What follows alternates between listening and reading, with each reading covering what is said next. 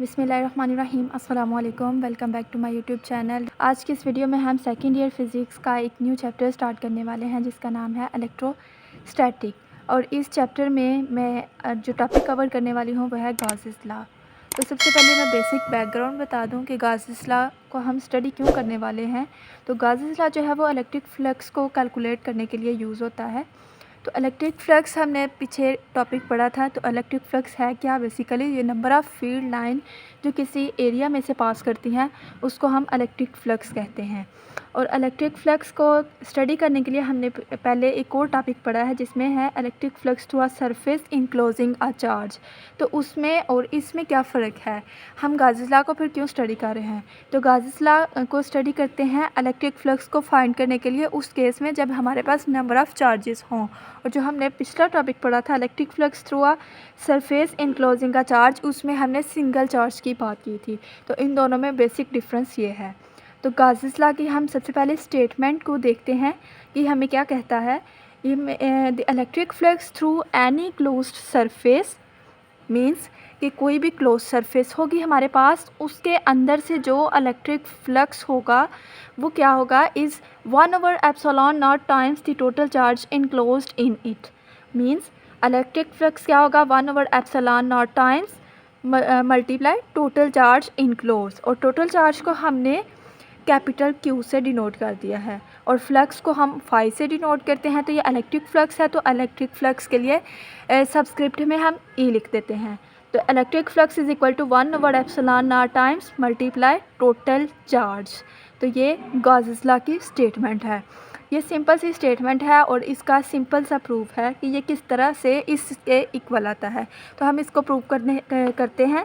तो इसको प्रूव करने के लिए हम सबसे पहले एक इरेगुलर शेप की एक ज्योमेट्री लेते हैं। ये हमने कोई भी एक इरेगुलर सी शेप ले ली और इसमें हमने नंबर ऑफ़ चार्जेस ले लिए।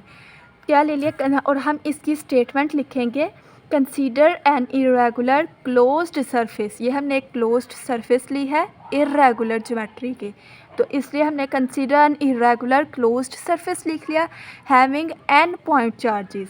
यहाँ पर कितने चार्जेस हैं, number of charges n, Q1 Q2 Q3 up to Qn, n number of charges ले लिया। अब हम सिंगल चार्ज के केस से बाहर निकल आए हैं, नंबर ऑफ़ चार्जेस ले लिए हैं और उन नंबर ऑफ़ चार्जेस की वजह से हम फील्ड को फाइंड करने लगे हैं। तो हमारे पास नंबर ऑफ़ चार्जेस हैं Q1 Q2 Q3 up to Qn। हमने इस तरह से लिख लिया consider N irregular close surface having n point charges. तो ये हमारी स्टेटमेंट आ गई। अब जो टोटल फ्लक्स किसके इक्वल होगा, अगर हमने सिंगल चार्ज का केस स्टडी किया था तो उस केस में टोटल फ्लक्स था वो phi is equal to Q/ε0 था। तो अगर मल्टीपल चार्जेस होंगे तो उनकी वजह से मल्टीपल फ्लक्स आएगा।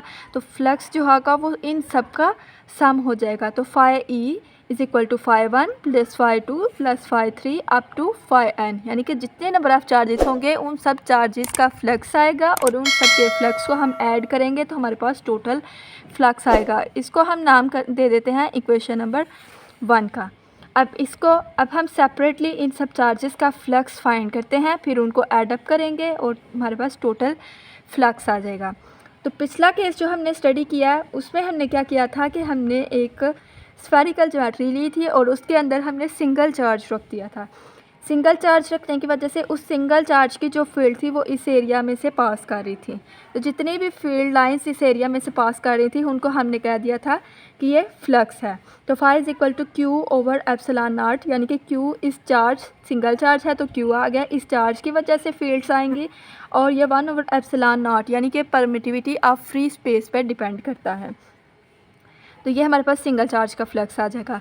अब हमारे पास मल्टीपल चार्ज हैं तो ये हमारे पास एक चार्ज, दूसरा, तीसरा, इस तरह से ही हमारे पास नंबर ऑफ़ चार्जेस हैं। और इन नंबर ऑफ़ चार्जेस के गिर्द हमने क्या बना दी हैं, ये लेट्स सपोज के ये चार्ज है और इसके गिर्द है गॉसियन सरफेस। तो इस चार्ज की वजह से जितना फ्लक्स निकलेगा वो हम कैलकुलेट करेंगे, फील्ड लाइंस निकलेंगी तो उनको हम कह देंगे कि ये इसका फ्लक्स है, यानी कि number of field line passing through a surface area ना, तो उसको हम क्या देते हैं कि ये फ्लक्स है। तो इस चार्ज की जितनी फील्ड लाइंस इस गॉसियन सरफेस से निकलेंगे उनको कह देंगे कि ये उस चार्ज का उतना ही फ्लक्स है। तो Q1 चार्ज अगर हमारे पास एक फर्स्ट चार्ज की कैलकुलेट करेंगे तो Q1 है, तो उसका जो फ्लक्स आएगा वो आ जाएगा 5 और Q1 चार्ज की वजह से आएगा डिवाइडेड बाय एप्सिलॉन नॉट। तो ये हमारे पास 5 यानी कि Q1 चार्ज की वजह से जो फ्लक्स है वो आ जाएगा। अगर इसी तरह से हम Q2 चार्ज का करेंगे तो वो 5 is equal to Q2 over epsilon naught. इसी तरह से हमने सारे चार्जेस का फ्लक्स निकाल लेना है, लिख लेना है। अब हम इन चार्जेस के फ्लक्स को हम इस इक्वेशन में पुट कर देंगे। तो पुट करने के बाद हमारे पास क्या आएगा, 5E is equal to 1 over epsilon naught Q1 यानी कि फर्स्ट चार्ज की वजह से 5 आ गया। 5 की वैल्यू पुट करेंगे तो ये Q2 ओवर एप्सिलॉन नॉट आ जाएगा। 5 की Q3 ओवर एप्सिलॉन नॉट और 5n की वैल्यू पुट करेंगे Qn ओवर एप्सिलॉन नॉट। अब यहाँ पर जो 1 ओवर एप्सिलॉन नॉट है ये सब में कॉमन आ रहा है, इसको हम कॉमन ले लेंगे और इन सब चार्जेस को एडअप कर देंगे। तो ये सारे चार्जेस को एडअप करने के बाद ये हमारे पास क्या है, एक टोटल नंबर ऑफ़ चार्जेस आ गए हैं। तो इनको हम लिख देंगे टोटल चार्ज इनक्लोज, और हमने टोटल चार्ज इनक्लोज को कैपिटल Q से डिनोट किया था। तो हम इसको कैपिटल Q से डिनोट करने के बाद हम लिख देंगे as we know capital Q is equal to sum of all charges. तो इस तरह से ये हमारे पास क्या आ जाएगा, टोटल चार्ज इनक्लोज। और ये हमारी फाइनल स्टेटमेंट जो कि गॉसेस लॉ की थी वो प्रूव हो गई है। This represent the mathematical form of Gauss's law. तो ये 5E is equal to 1 over epsilon naught times the total charge enclosed in that irregular geometry. तो ये था आज का टॉपिक। आई होप कि आपको ये समझ आया होगा। अगर आपका कोई क्वेश्चन हो तो आप कमेंट सेक्शन में ज़रूर पूछें, और इंशाल्लाह किसी और टॉपिक के साथ मिलती हूँ। तब तक के लिए अल्लाह हाफ़िज़।